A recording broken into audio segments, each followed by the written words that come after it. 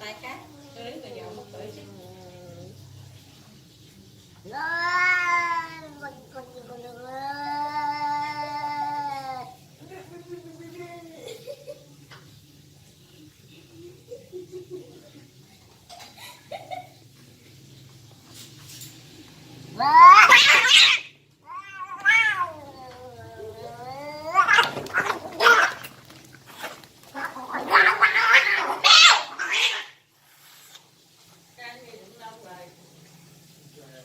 Ủa quá trời lâu rồi bà ơi.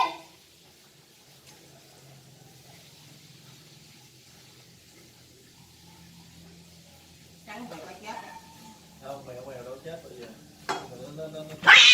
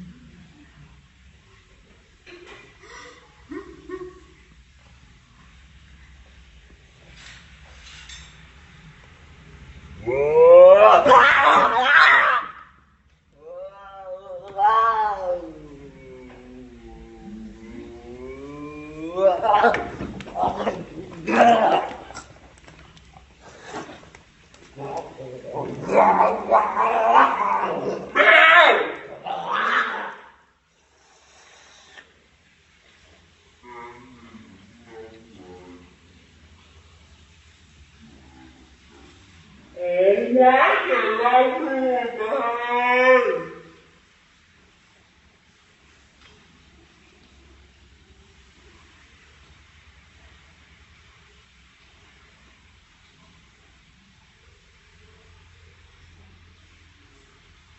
hấp dẫn.